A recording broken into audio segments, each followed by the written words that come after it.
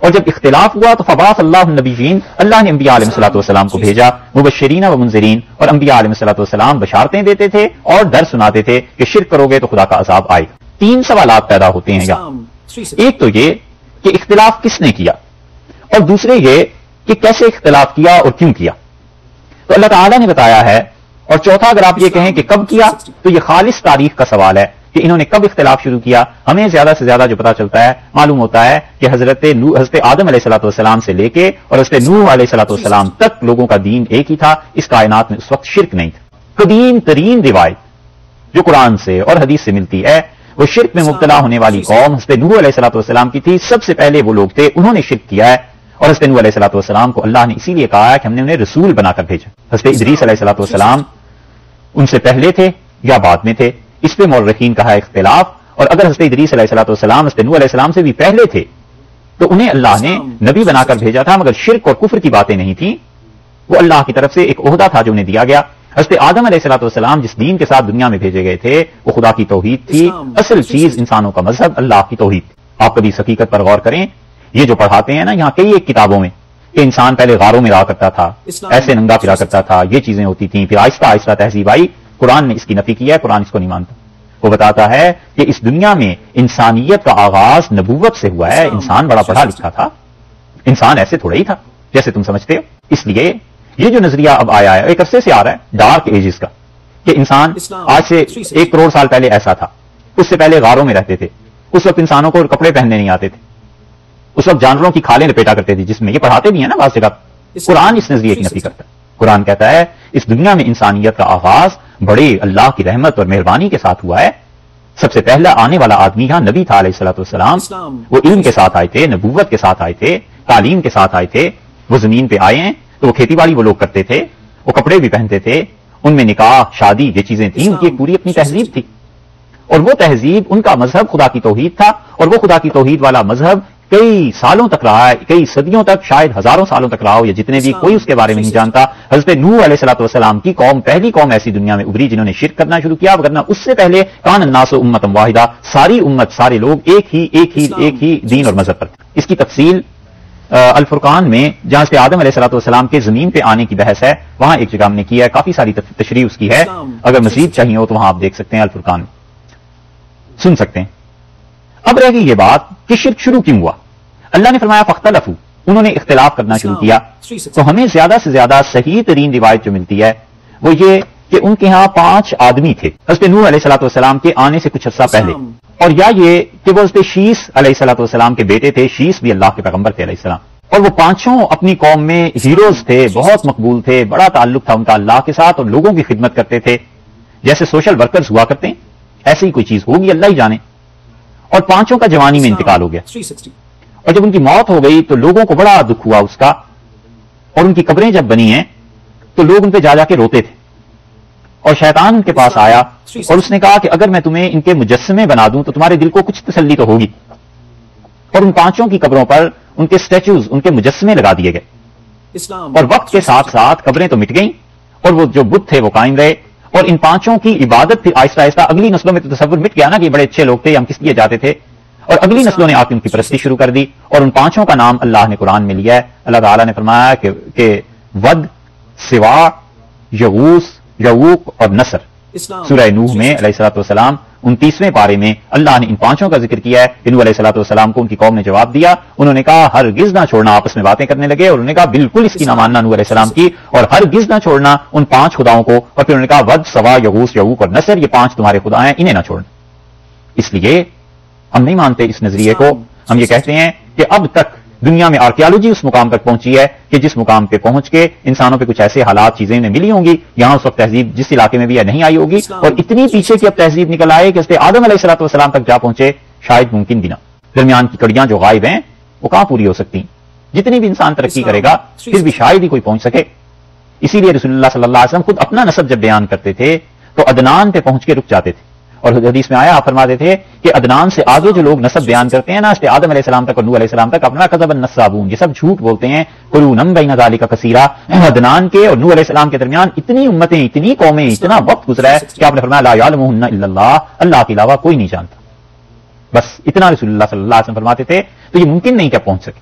مگر قرآن یہ بتاتا ہے کہ سب لوگوں کا دین اللہ کی توحید تھی، اور پھر یوں شرک جب چلا فبعث اللہ النبیین، تو اللہ تعالیٰ نے کیا کیا؟ انبیاء علیہ الصلوۃ والسلام کو بھیجا مبشرین، وہ خوشخبری سناتے تھے ان لوگوں کو جو خدا کی توحید پر قائم ہیں، وہ منذرین، اور وہ ڈراتے تھے ان لوگوں کو جو شرک کرتے ہیں، وہ انزل معہم الکتاب، اور اللہ نے ان نبیوں کے ساتھ کتاب بھی بھیجی علیہ السلام۔ اب ہر نبی کو جو بھی کتاب دی گئی ہوگی، حضرت موسیٰ علیہ الصلوۃ والسلام کو تورات اللہ نے دے دی، انجیل حضرت عیسیٰ علیہ الصلوۃ والسلام کو دے دی، ان سے پہلے بھی صحیفے نازل ہوئے۔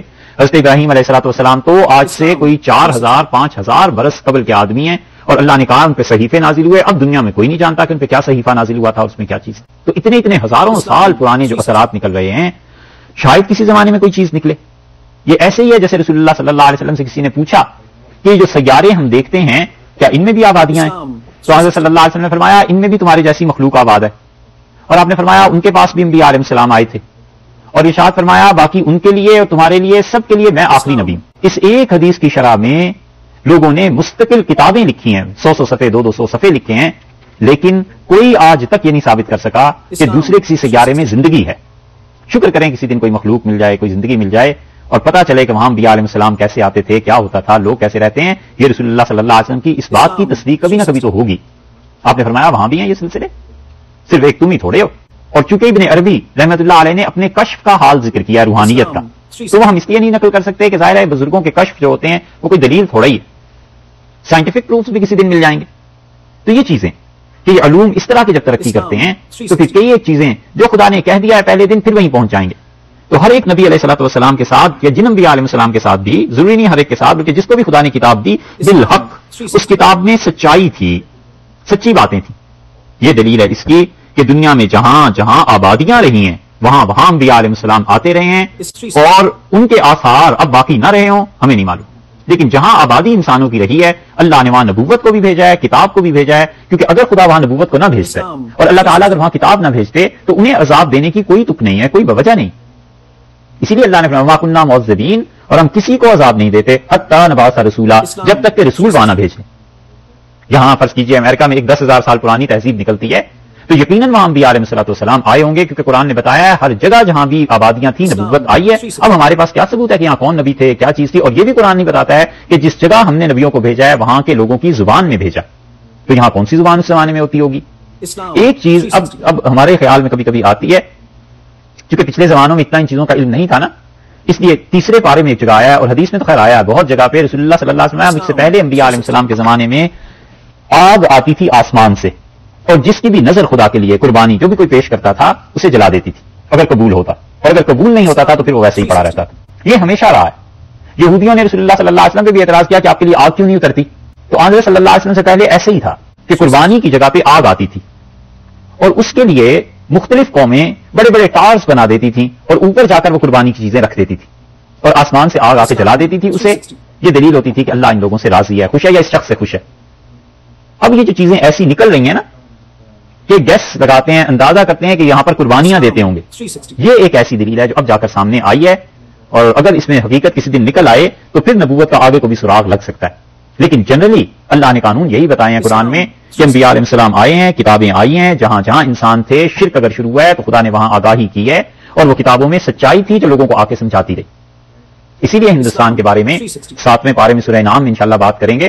انڈیا کے بارے میں حضرت مجدد الفسانی رحمۃ اللہ علیہ ایک جگہ کے متعلق لکھتے ہیں کہ میں وہاں جب گیا تو وہاں پہ وہ انوار اور برکات تھیں ان قبروں میں جو انبیاء علیہ السلام کی قبریں ہوتی، تو میں نے اللہ تعالیٰ سے دعا کی کہ ان کے متعلق کچھ مجھے بتایا جائے، تو مجھے بتایا گیا کہ ہندوستان میں یہ 12 نبی آئے تھے اس وقت پہ سمجھانے کے لیے، اور پھر لوگوں نے انہیں شہید کر دیا تھا، یہ ان کی قبریں۔ اگرچہ اس کو ہم دلیل نہیں بنا سکتے، لیکن ایک درجے میں یہ چیزیں پتہ چلتی ہیں کہ کچھ نہ کچھ ہوتا رہا ہے۔ یہ چیزیں کرشن جی کا نام سنا تو ہوگا، ہاں تو آپ کے ہمسائے ہیں، متھرا میں ہے نا، ان کے متعلق کئی چیزیں لوگوں نے لکھی ہیں جن سے معلوم ہوتا ہے کہ شاید اپنے زمانے میں انہیں نبوت ملی ہوگی، شاید، علیاذ باللہ، ہم اس کی یقین سے نہیں کہتے، لیکن کئی چیزیں تاریخ میں ایسی آتی ہیں، اور بہت سے بزرگ ایسے تھے جو ان کی نبوت کے قائل تھے، وہ کہتے تھے اپنے زمانے کے نبی تھے، اور ان کی تعلیمات میں ایسے ہی شرک آ گیا جیسے عیسائیوں کے ہاں آج ہم دیکھتے ہیں۔ مولانا حمید الدین فراہی تھے رحمۃ اللہ علیہ، یہ کون تھے آپ جانتے ہیں؟ جن لوگوں کو کیا کہیں ڈھونڈا تھا آسمان نے جنہیں خاک چھان کر، وہ لوگ تم نے ایک ہی شوخی میں کھو دیے۔ حیرت ہوتی ہے، اندر طبیعت مانتی نہیں کہ آپ لوگ نہ جانتے ہیں، کبھی کبھی خیال آتا ہے یہ شاید ہمارا امتحان ہے۔ مولانا حمید الدین فراہی جو تھے یہ آخری زمانے میں جن لوگوں کو اللہ نے قرآن کی بڑی گہری سمجھ دی تھی ان میں سے ایک گنے جاتے تھے. مولانا کی بعض تحقیقات سے لوگوں نے اختلاف کیا ہے، اس میں شبہ نہیں. یہ شبلی نعمانی کے خلیرے بھائی تھے. اب سمجھ میں آئی. اور سید سلیمان ندوی رحمۃ اللہ علیہ جیسا آدمی بڑا مقام تھا جن کا، وہ تعریف کرتے تھے ان کی کہ قرآن اللہ نے اس آدمی کو کھول دیا ہے، سمجھایا. اور وہ حمید الدین فراہی رحمۃ اللہ علیہ ان کے بڑے کارنامے، لارڈ کرزن انہیں اپنے ساتھ لے گیا تھا. عربی بہت اچھی تھی ان کی، اور قرآن پاک پہ کئی مقامات انہوں نے ایسے لکھے ہیں جنہیں پڑھ کے آدمی قائل ہو جاتا ہے کہ واقعی یہ مقام انہوں نے بہت اچھا سمجھایا. سرائے میر کا نام سنا ہے؟ اچھا وہ نقشے میں لائیں. سرائے میر کا نام سنا ہے؟ نہیں سنا. سرائے میر میں مدرسہ الاصلاح جو تھا وہ انہوں نے ہی بنایا تھا، اور انہوں نے یہ کہا کہ ہندوستان میں مسلمان قرآن نہیں پڑھتے اور قرآن انہیں سمجھانا چاہیے. اتنے بڑے آدمی تھے کہ شبلی نعمانی جیسے آدمی انہیں بلاتے تھے اپنے ہاں ندوہ میں اور کہتے تھے آپ ہمارے لڑکوں کو قرآن پڑھائیے، یہاں تفسیر بیان کیجیے. حالانکہ شبلی خود جس مرتبے اور درجے کا آدمی تھا ایسا ویسا تھوڑا ہی تھا، ٹکر لیتے ہوئے شبلی سے لوگ کانپتے تھے. کیا کیا تعریف اس آدمی کی کریں. ان کو آخری زمانے میں ہاسپٹل میں جانا پڑا. مولانا امین حسن اصلاحی کا نام سنا ہے؟ تدبر قرآن کی تفسیر ہے نا، انہوں نے ان سے پڑھا تھا مولانا حمید الدین سے. اور مولانا حمید الدین کی دو باتیں سنائی دوں. چلو، مولانا حمید الدین بڑے بڑے لوگوں کو خاطر میں نہیں لاتے تھے، بڑے درویش آدمی تھے. لڑکے ایک دن آئے مدرسے میں اور کہا حضرت آپ ہمیں قرآن پاک پڑھاتے ہیں، تفسیر پڑھاتے ہیں، کھانے کو کچھ اچھا نہیں ملتا، اور دیکھیے باورچی نے کیا کر دیا. سارا کچھ سنتے رہے اور کہنے لگے میاں قرآن پڑھتے رہو ہم سے، باقی کھانے کا کیا ہے، لو ابھی بیٹھو ابھی کھا لیتے ہیں. اٹھے اور وہاں پودینہ تھوڑا سا لگا ہوا تھا، اسے ایک چیز میں ڈالا اور اسے رگڑا اور تھوڑا سا نمک ملایا اور آ کے ان لڑکوں کے سامنے رکھا اور کہا یہ چٹنی ہے، اس سے روٹی کھاؤ پھر قرآن سمجھ میں آئے گا. تو کسی نے کہا کہ یہ تھوڑی ہے، کہنے لگے اچھا ابھی بندوبست کرتے ہیں. 7 جگ پانی کا پڑا ہوا تھا، پانی ڈال دیا اور کھول دیا. کہنے لگے لوگ تو سالن بن گیا، کھاؤ. تو زندگی ایسے ہی گزری. بڑے بڑے لوگ، لارڈ کرزن جیسا آدمی، اور یہ لوگ ان کو لکھتے تھے. اور مولانا کبھی نہیں گئے لوگوں کے ساتھ، ایک آدھ مرتبہ گئے تھے کرزن کے ساتھ. خیر، اور ایک آدمی آتا تھا لڑکا، پرلے درجے کا شراب پینے والا، بہت دھت رہتا تھا اور مولانا اس کی بڑی عزت کرتے تھے. حتیٰ کہ وہ آ جاتا تھا تو مولانا سر کی طرف اسے بٹھاتے تھے، پائنتی میں خود بیٹھتے تھے، بڑی عزت اس کی کرتے تھے. تو لوگ تنگ آئے ہوئے تھے، لوگ کہتے تھے حضرت یہ شراب پیتا ہے، فرماتے تم اس کے مقام کو نہیں سمجھتے، اسے چھوڑ. تو لوگوں نے دیکھا جب حضرت عزت کرتے ہیں تو کہنا کہلانا چھوڑ دیا.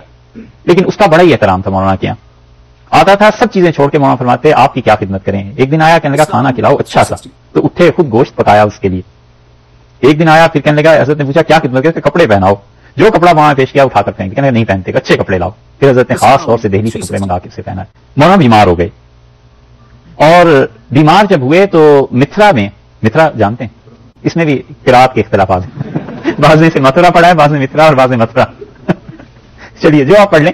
وہاں ہسپتال تھا بڑا اور مولانا نے جانا تھا وہاں آپریشن کرانے کے لیے. تو مولانا حمید الدین صاحب فراہی رحمۃ اللہ علیہ جب گئے تو امین حسن اصلاحی نے خود ہم سے بیان کیا لاہور میں. وہ لاہور میں ہی رہتے تھے تو ہم جس زمانے میں فتوے کا کچھ کام کرتے تھے ان کی خدمت میں حاضر ہوئے. تو مولانا کہنے لگے کہ جب ہمارے استاد گئے وہاں اور ہم سے باتیں ہوئیں بعد میں کچھ، تو مجھ سے کہا کہ جب میں متھرا پہنچا ہوں تو میں نے رات دیکھا ہے کرشن جی آئے مجھے ملنے اور کرشن جی نے میرے گلے میں ہار ڈالا. تو میں نے کہا اس کا کیا مطلب؟ تو انہوں نے کہا کرشن جی اپنے زمانے کے پیغمبر تھے اور ہم خدا کی کتاب کو سمجھاتے ہیں نا قرآن کو، تو انہیں خوشی ہوئی اس بات سے کہ قرآن پاک کا سمجھانے کا کام ہم کر رہے ہیں. تو ہم سے ملنے آئے بڑی خوشی سے جب ہم متھرا آئے ہیں، اور مجھے لگتا ہے کہ انہوں نے جو استقبال کیا ہے تو اب میں واپس نہیں جا سکوں گا. اور یہ جس کی اتنی عزت کرتے تھے مدرسے والوں کو تار آئی ڈاکٹرز کی کہ ہم نے مولانا کا آپریشن کر دیا ہے اور حالت ان کی خطرناک ہے اور آپ لوگ دعا کیجیے. تو مدرسہ الاصلاح والوں نے یا سلام اللہ کے نام کا ختم پڑھانے کے لیے سب بچے اساتذہ بیٹھ کے یا سلام پڑھ رہے تھے. اتنے میں یہ بھی آ نکلا جو پیتا تھا اتنے زیادہ. تو سب نے کہا کہ حضرت بیمار ہیں، تمہاری بڑی عزت کرتے تھے، تم بھی بیٹھو اور یا سلام کا ختم پڑھو اور اللہ تعالیٰ سلامت رکھے. مولانا کو بڑا خوش ہوا، کہنے لگا وضو کراؤ پھر ہم پڑھیں گے. تو مولانا کے خادم اٹھے، انہوں نے وضو وغیرہ کرایا، بیٹھ کے تھوڑی دیر پڑھتا رہا. پھر کہنے لگا چھوڑو جی، وہ تو انار کے درخت لگے ہوئے ہیں اور مولانا ان کے نیچے بیٹھ کے انار کھا رہے ہیں اور باغوں میں پھر رہے ہیں اور کیا کیا خدا نے نعمتیں دی ہیں، تم ایسے ہی فضول میں وظیفے کر رہے ہو. بس مولانا چلے گئے. جب اس نے یہ کہا مولانا چلے گئے تو جو سمجھنے والے تھے وہ رو پڑے. انہوں نے کہا ہو کوئی بات ہو گئی. اور ٹھیک جب تار آئی اگلے دن تو پتا چلا اسی وقت مولانا کا انتقال ہوا. تو اس لیے کتنے ہی لوگ ایسے ہیں جن کی نبوت کے بارے میں قطعی اور یقینی طور پہ کچھ کہنا بڑی جسارت ہے، بالکل بات نہیں ہو سکتی، لیکن کچھ نہ کچھ آثار دنیا کی ہر تہذیب میں ملیں گے کہ یہ قربانی کی چیزیں آ کے آگ جلاتی رہی. یہ تو بھی علم اور ترقی کرے گا تو پھر اور چیزیں کھل جائیں گی. اللہ نے کہا ہے کہ توحید اس دنیا کا مذہب تھا، پھر لوگوں نے شرک کیا، پھر ہم نے انبیاء علیہ السلام کو بھیجا، پھر بعض نبیوں کے ساتھ کتاب بھیجی اور کتاب نے بتایا کہ حق کیا ہے، تاکہ وہ فیصلہ کرے. کون فیصلہ کرے؟ اللہ. لیحکم، تاکہ فیصلہ کرے کون؟ وہ کتاب. لیحکم، تاکہ فیصلہ کرے کون؟ وہ نبی. علیہ الصلوۃ والسلام، تینوں اس کی تفسیریں کی گئی ہیں کہ فیصلہ کرے اللہ تعالیٰ بین الناس، لوگوں کے درمیان، فی مختلفوا فی، جس کے بارے میں لوگ اختلاف کر رہے تھے، اللہ کی توحید اور شرک کے بارے میں اللہ فیصلہ کرے، یا کتاب ہم نے نازل کی اس میں حق تھا، بالحق سچائی کا بیان تھا، یہ کتاب فیصلہ کرے، یا یہ کہ وہ نبی علیہ الصلوۃ والسلام جو کتاب کے ساتھ آئے تھے اور کتاب میں حق تھا وہ فیصلہ کریں گے، لوگ فیصلہ کریں اس وقت لوگوں کے درمیان جب وہ دنیا میں آئے تھے، ومختلف فی، اور اس کتاب میں اللہ کی توحید میں کسی نے اختلاف نہیں کیا تھا، الا الذین، سوائے ان لوگوں کے اوتوا، جو اس کتاب کے وارث بنائے گئے۔ دیکھا، اختلاف ہمیشہ جو مذہب میں شروع ہوا کرتا ہے وہ وہی لوگ کرتے ہیں جو نالائق وارث ہوا کرتے ہیں انبیاء علیہ الصلوۃ والسلام۔ انبیاء علیہ السلام نے تو کتاب صاف بتا دی، اللہ نے فرمایا پھر اس کتاب میں کوئی اختلاف نہیں ہوا، الا الذین اوتوہ، سوائے ان کے جنہیں وہ کتاب دی گئی، وہ کی ضمیر کتاب کی طرف لوٹ رہی ہے نا، تو وہ کتاب کے جو وارث بنے یہ تھے نالائق الکتاب، جنہیں کتاب دی گئی تھی، یعنی جو وارث بنائے گئے تھے، یہو کی ضمیر ادھر الکتاب کی طرف لوٹ رہی ہے، اس لیے فرمایا کہ جنہیں وہ کتاب کے وارث بنے بعد میں انہوں نے اپنی ذاتی اغراض و مقاصد کے لیے خدا کی کتاب کو استعمال کرنا شروع کیا۔ اسی لیے دوسری جگہ آیا قرآن میں اللہ نے فرمایا فخلف من بعدہم خلف، اور اللہ کے اچھے بندوں کے بعد ان کی جگہ نالائق لوگ آئے اور انہوں نے خدا کی کتاب کو ضائع کیا، تو اللہ نے کہا اضاعوا الصلاۃ، سب سے پہلی غلط حرکت انہوں نے یہ کی کہ نماز پڑھنا چھوڑ۔ اس لیے جتنے سجادہ نشین اپنے اپنے مشائخ کی درگاہوں پہ ہوتے ہیں ان میں کی زندگیاں دیکھو اور یہ نماز نہیں پڑھتے، اللہ نے فرمایا کہ فخلف من بعدہم خلف، اور ہمارے اچھے بندوں کے بعد جو ان کی جگہوں پر آتے ہیں پہلا کام یہ وہ کرتے ہیں کہ اضاعوا الصلاۃ، نماز نہیں پڑھتے، دوسرا کام واتبعوا الشہوات، مزوں میں پڑ جاتے ہیں، جس چیز میں مزہ ہے وہ کام کرنا ہے، جس چیز میں اللہ کی اطاعت ہو، اپنی جان کھپتی ہو، نیند کی قربانی دینی پڑے، پیسے کی قربانی دینی پڑے، خدا کی عبادت کرنی پڑے، اس سے نہیں آتے، جو مزے کی چیزیں اس میں چلے جاتے ہیں۔ تو معلوم ہوا کہ اختلاف انہوں نے کیا جو غلط لوگ تھے، ایک، اور پھر دوسری بات کہ کب کیا وہ تو تاریخ ہے، وہ تو نہیں پتا، یعنی اس نبی علیہ السلام کے بعد یا ان سے کچھ پہلے یہ۔ تیسری بات یہ کہ کیسے کیا، اللہ تعالیٰ نے فرمایا کہ من بعد ما جاءتهم البینات، جبکہ ان کے پاس واضح دلائل خدا کی توحید کے تھے، اس کے بعد اختلاف ہوا ہے، بغیم بینہم، اور ضد میں آ گئے، اس کا مطلب ہے جان بوجھ کر اختلاف کیا ہے، اور کیوں کیا ہے، بغیم بینہم، حسد کی وجہ سے، ضد کی وجہ سے۔ تو تینوں سوالوں کا جواب ہو گیا کہ اختلاف کس نے کیا، انہوں نے کیا جنہیں کتاب کا وارث بنایا گیا، برے لوگ۔ کیسے کر لیا انہوں نے اختلاف، جان بوجھ کر کیا ہے کیونکہ ان کے پاس واضح دلائل خدا نے دے دیے تھے، اور کیوں کیا ہے، بغیم بینہم، حسد بغض کی وجہ سے، فہد اللہ، سو اللہ نے ہدایت دی، الذین آمنوا، جو لوگ ایمان والے تھے۔ یہاں پہ سوال یہ پیدا ہوتا ہے کہ وہ تو پہلے ہی ایمان والے تھے جن کے پاس کتاب تھی، تو اللہ نے انہیں ہدایت دی، اس کا کیا معنی؟ تو مراد یہ ہے کہ جو لوگ بھی اس زمانے میں ہدایت کے طالب تھے، وہ اس وقت چاہے کافر ہی ہوں، مشرک ہی ہوں، چاہے کتنے بھی گمراہ ہوں، لیکن ہدایت کی طلب تھی نا ان کے دل میں، اللہ نے انہیں ہدایت دے دی۔ اصول اور پتے کی بات بتائیں، آدمی کو ملتا ہے اس کی طلب پہ، اتنی سی بات، جتنی جس کی طلب اللہ کی طرف سے اتنا ہی دیا جاتا ہے۔ جتنی طلب ہوگی کہ خدا کی کتاب مجھے سمجھ میں آئے، اللہ اتنا ہی علم دے دے گا۔ جتنی طلب ہوگی کہ اللہ تعالیٰ مجھے دولت دے دے، خدا جلد یا بدیر اتنی ہی دے دیتا ہے۔ جتنی طلب انسان میں ہوگی کہ خدا کو خوش رکھوں، اتنا ہی راضی ہو جائے گا۔ جتنے قدم انسان جس راہ میں بڑھائے گا، اللہ اسی راستے سے اس سے ملنے آئے گا، اتنا ہی بڑھ کے آئے گا۔ اس لیے جن میں طلب تھی اللہ نے انہیں ہدایت بھی دی، اور اللہ تعالیٰ نے انہیں کتاب بھی دی، اور اللہ نے فرمایا کہ فہد اللہ الذین آمنوا لما اختلفوا فیہ من الحق بإذنہ، اللہ نے سچائی کے ساتھ ہدایت دی، اور اللہ نے اپنے حکم سے، اپنی توفیق سے انہیں ہدایت دی۔ واللہ یہدی، اور اللہ تعالیٰ ہدایت دیتے ہیں، من یشاء، جس کو چاہتے ہیں، الی صراط مستقیم، سیدھے راستے کی طرف۔ اللہ جس کو چاہتا ہے ہدایت کی راہ دکھا دیتا ہے، سیدھا راستہ اللہ اسے دے دیتا ہے، لیکن انسان کی طلب شرط ہے، اپنی طلب سب کچھ لے کے آتی۔ بہت مرتبہ اساتذہ، بڑے بڑے اللہ کے اچھے بندے کچھ نہیں جانتے، جو سامنے آ کے بیٹھتا ہے نا، اس کی طلب، اس کا مقدر، اس کا حصہ کھینچ کے خدا سے لے آتی۔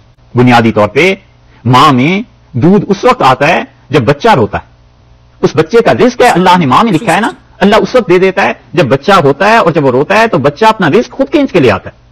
اسی طرح جو آدمی طلب اس کی سچی ہوتی ہے نا، تو اللہ کے اچھے بندے، ان کے اپنے اندر کبھی کبھی کوئی ایسی چیز نہیں ہوتی جو اس کی ڈیمانڈ ہوتی ہے، تو جو اس کی ڈیمانڈ ہے اس کے مطابق اللہ کھینچ کے دے دیتا ہے۔ اس لیے کبھی بھی آپ کو پڑھانے کا موقع مل جائے، فرض کر لو، اور کبھی کوئی آپ سے مسئلہ پوچھے تو اس غرضے میں نہ رہیے گا، اور نہ اس غرضے میں رہنا چاہیے کہ مجھے کچھ آتا ہے۔ ہمیشہ یہ یقین رہنا چاہیے کہ جو پڑھنے آتے ہیں نا، جو ہمارے سامنے آتے ہیں، یہ ان کے مقدر کی چیز ہے، ان کی طلب ہے، اللہ ان کی وجہ سے مجھ پہ بھی مہربانی کر رہا ہے، وگرنہ آتا جاتا کچھ نہیں۔ نلکا وہ گرمی میں جل جاتا ہے، اور اگر اسے زبان مل جائے تو، اور ہاتھ پاؤں مل جائیں تو ہاتھ جوڑ کے کہے کرے مجھے کھولو، میں تو خود گرمی میں جل رہا ہوں۔ وہ جو کھولتا ہے نا اس نلکے کو، اس کا احسان ہے، پھر پانی آتا ہے۔ بالکل اسی طرح ایسے ہی جو لوگ مانگنے بھی آتے ہیں نا، ہم سمجھتے ہیں یہ بھیک مانگنے آ گیا ہے، وہ اس کا حصہ اللہ بھیج دیتا ہے، اور وہ آتا ہے اس آدمی کے تھرو کہ اس کے پیسے نہیں تھے، ذاتی. یہ تو اللہ نے بھیجا اس لیے تھا کہ تمہیں آج دے رہے ہیں, چند دن بعد وہ آدمی آئے گا تم سے لینے. آدمی تنگ ہوتا ہے کہ میں کیوں دوں, اور یہ نہیں سوچتا کہ یہ پیسے تو اسی کے لیے خدا نے بھیجے ہیں, میرے لیے تھوڑا ہی بھیجیں. حضرت مولانا الیاس صاحب رحمۃ اللہ علیہ دہلی میں تھے, اور حضرت کا بڑا نام تھا تبلیغ کی وجہ سے, بہت ہندوستان میں مشہور ہو گیا. تو حضرت کے ایک عزیز ملنے آئے. انہوں نے سوچا اتنے بڑے پیر ہیں, حضرت کا اتنا نام ہے, تو ظاہر ہے پیسے ویسے کھانا بھی بہت اچھا ہوگا. رمضان میں آ گئے. عصر کے بعد جب بیٹھے تو انہوں نے دیکھا کہ حضرت یہاں تو افطاری کا کوئی تذکرہ ہی نہیں, اور پڑھے جا رہے ہیں, تلاوت کیے جا رہے ہیں, ذکر کیے جا رہے ہیں. آخر جب چند منٹ رہ گئے تو حضرت نے فرمایا افطاری کا ہو گیا. ان کا جی حضرت تو وہ لے آئے, 2-4 کھجوریں رکھ دی, پانی رکھ دیا. وہ جو عزیز حضرت فرمایا آئیے افطار کیجیے. افطار کے بعد حضرت نے جو نفل پڑھنا شروع کیے, مغرب کے بعد تو وہ 1.5 پارہ پڑھنا تھا, انہوں نے لمبے نفل ہو گئے. یہ بڑے پریشان ہوئے. کھانا جو بھی تھا دال وال کھا لی, اور حضرت نے اب عشاء کی نماز شروع کر دی, تراویح ہو گئی. تو اگلے دن بڑا غصہ آیا ان کا, حضرت اجازت چاہتا ہوں. تو حضرت نے فرمایا نہیں, آج آپ ٹھہریے. تو انہیں ٹھہرا لیا. عصر کی نماز پڑھ کے کوئی حضرت کے مرید تھے, ایک دیگ لے کے آئے اور کہا حضرت بریانی بہت بڑھیا پکوائی ہے. تو حضرت کے وزیر جو تھے انہیں نہیں پتا چلا, انہیں اندازہ ہوا کہ آج پھر افطار میں وہی سب کچھ کل والا پیش ہوگا. تو انہوں نے کہا حضرت جاتا ہوں. اس نے فرمایا نہیں, ابھی نہیں جانا. اور نماز مغرب کی ہوئی, بریانی منگا کے سامنے رکھی, حضرت آپ بھی کھائیے. فرمایا یہ آپ کے لیے ہے, میں تو وہی نفل پڑھنے. یوں ہی ہوتا ہے کہ اللہ تعالیٰ کسی اور کا رزق بھیج دیتا ہے. انسان سمجھتا ہے یہ میرے لیے, تمہارے لیے کہاں سے, تو کسی اور کا حصہ تمہیں دے دیا, وہاں پہنچاؤ. اس لیے اللہ فرماتے ہیں کہ ہم نے انہیں ہدایت دی, ان کی طلب تھی. واللہ یہدی, اور اللہ ہدایت دیتا ہے, میں یہ شاء الی صراط مستقیم, جس کو چاہتا ہے سیدھے راستے کی طرف.